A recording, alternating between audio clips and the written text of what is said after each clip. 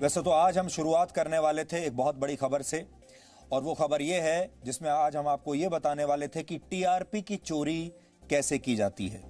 लेकिन अब उससे भी बड़ी एक और खबर आ गई अब से थोड़ी देर पहले, और वो बड़ी खबर ये है कि केंद्रीय मंत्री और लोक जनशक्ति पार्टी के नेता रामविलास पासवान का निधन हो गया है। वो 74 वर्ष के थे और रामविलास पासवान पिछले कुछ समय से बीमार चल रहे थे। दिल्ली के फोर्टिस एस्कॉर्ट्स अस्पताल में उनका इलाज चल रहा था। उन्हें किडनी और हार्ट की समस्या थी और रामविलास पासवान के पुत्र चिराग पासवान ने ट्वीट करके खुद इसकी जानकारी दी है। 24 अगस्त को उन्हें अस्पताल में भर्ती करवाया गया था और इसी कारण वो बिहार चुनाव में भी सक्रिय दिखाई नहीं दे रहे थे और बड़ी बड़ी बैठकों में वो दिख नहीं रहे थे। फिलहाल वो केंद्र की नरेंद्र मोदी सरकार में उपभोक्ता मामलों के मंत्री थे। रामविलास पासवान के नाम 6 प्रधानमंत्रियों के साथ काम करने का एक अनूठा रिकॉर्ड है। वो वीपी सिंह के साथ काम कर चुके हैं जब वीपी सिंह प्रधानमंत्री थे। उन्होंने एचडी देवेगौड़ा की सरकार में काम किया, इंद्र कुमार गुजराल की सरकार में मंत्री रहे, अटल बिहारी वाजपेयी की सरकार में मंत्री रहे, डॉक्टर मनमोहन सिंह की सरकार में भी मंत्री रहे और नरेंद्र मोदी की सरकार में भी मंत्री वो रहे। यानी चाहे यूपीए की सरकार हो, एनडीए की सरकार हो, किसी तीसरे मोर्चे की सरकार हो, वो हर सरकार में मंत्री रहे हैं। ये सभी अलग अलग दलों के प्रधानमंत्री हैं, लेकिन रामविलास पासवान ने इन सभी के साथ मिलकर काम किया। दलित राजनीति का उन्हें बहुत बड़ा चेहरा माना जाता है और जीवन भर उन्होंने दलितों के उत्थान के लिए और दलितों के लिए काम किया। और उनकी जो पार्टी है लोक जनशक्ति पार्टी, वो भी दलितों की पार्टी मानी जाती है। और बिहार के चुनावों से ठीक पहले उनकी इस तरह मृत्यु हो जाना बिहार के चुनावों पर भी एक बहुत गहरा असर डालेगा। रामविलास पासवान भारतीय दलित राजनीति के प्रमुख नेताओं में से एक थे। पहले वो जनता दल में थे, लेकिन वर्ष 2000 में उन्होंने अपनी खुद की पार्टी बना ली जिसका नाम है लोक जनशक्ति पार्टी। और फिर वर्ष 2014 के लोकसभा चुनाव से ठीक पहले उन्होंने कांग्रेस का साथ छोड़कर बीजेपी से गठबंधन कर लिया और जब नरेंद्र मोदी प्रधानमंत्री बने तो वो उनकी कैबिनेट के सदस्य बन गए। रामविलास पासवान का राजनीतिक करियर लगभग 32 वर्ष लंबा रहा, जिसमें उन्होंने कुल 11 चुनाव लड़े, जिनमें से 9 में उनकी जीत हुई। इस बार लोकसभा के लिए उन्होंने चुनाव नहीं लड़ा था। मनमोहन सिंह की सरकार में वर्ष 2004 से 2009 तक वो केंद्रीय रसायन एवं उर्वरक मंत्री रहे। वाजपेयी जी की सरकार में वर्ष 2001 से 2002 तक केंद्रीय खनिज मंत्री रहे। गुजरात दंगों के बाद उन्होंने वाजपेयी सरकार से तब इस्तीफा दे दिया था। अटल बिहारी वाजपेयी सरकार में ही 1999 से 2000 तक वो केंद्रीय सूचना और प्रसारण मंत्री भी रहे। 1996 से 98 तक वो देश के रेल मंत्री रहे और इस दौरान एचडी देवेगौड़ा और इंद्र कुमार गुजराल प्रधानमंत्री थे। 1989 में भी वो वीपी सिंह की सरकार में मंत्री बने थे।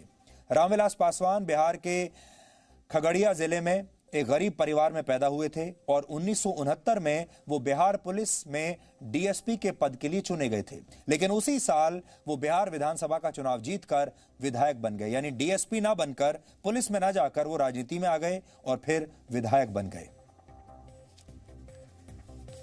रामविलास पासवान को याद करते हुए सूचना प्रसारण मंत्री प्रकाश जावड़ेकर ने कहा कि 2 हफ्ते पहले ही रामविलास पासवान से उनकी मुलाकात हुई थी और उन्हें बिल्कुल भी अंदाजा तब नहीं था कि एक दिन अचानक इस तरह वो चले जाएंगे। पासवान जी का निधन एक बेहद ही दुखद समाचार है। वो जिंदगी भर दलित, पिछड़े सभी समूहों के लिए लड़ते थे।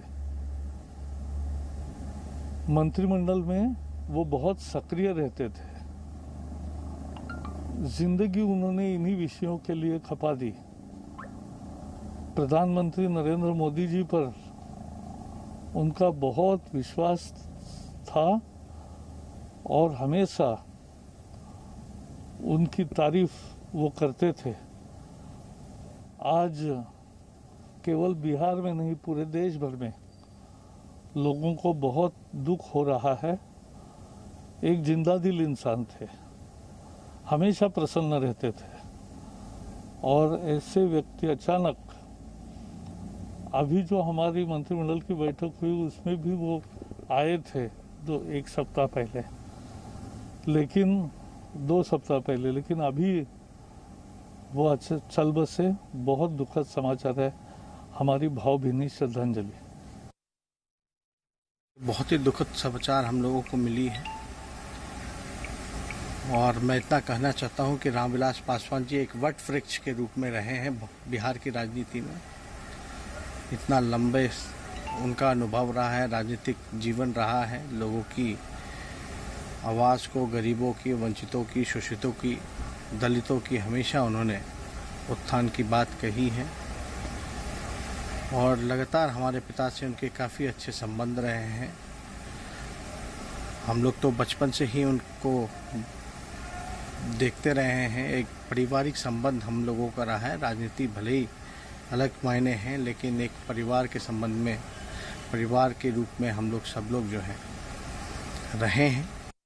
हम लोग के घरेलू संबंध था, आना जाना भी रहता था, हर चीज़ में दुख सुख में समाचार लेना, पूछना, और भगवान से ही उनसे प्रार्थना करती हूँ।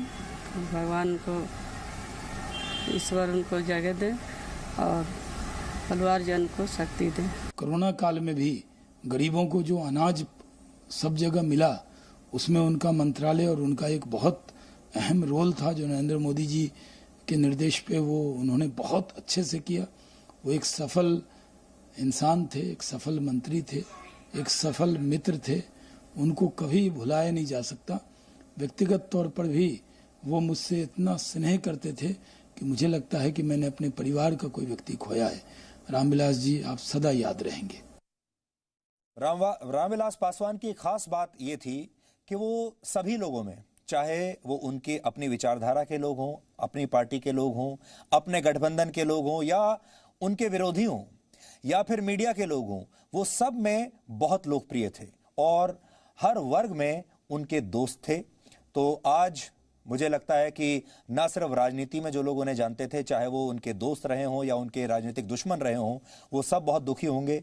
मीडिया में भी रामविलास पासवान बहुत लोकप्रिय थे, बहुत लोकप्रिय शख्सियत थे। और जब कभी वो अपने घर पर कोई समारोह करते थे, जिस तरह से लोग आते थे और जितनी बड़ी संख्या में लोग उनसे मिलने के लिए आते थे, वो इस बात का सबूत है कि वो कितने लोकप्रिय थे। एक बड़ी खबर है, इस खबर पर हम लगातार बने रहेंगे, आपको बताते रहेंगे जैसे जैसे इस खबर के बारे में हमें और ज़्यादा अपडेट्स मिलेंगे।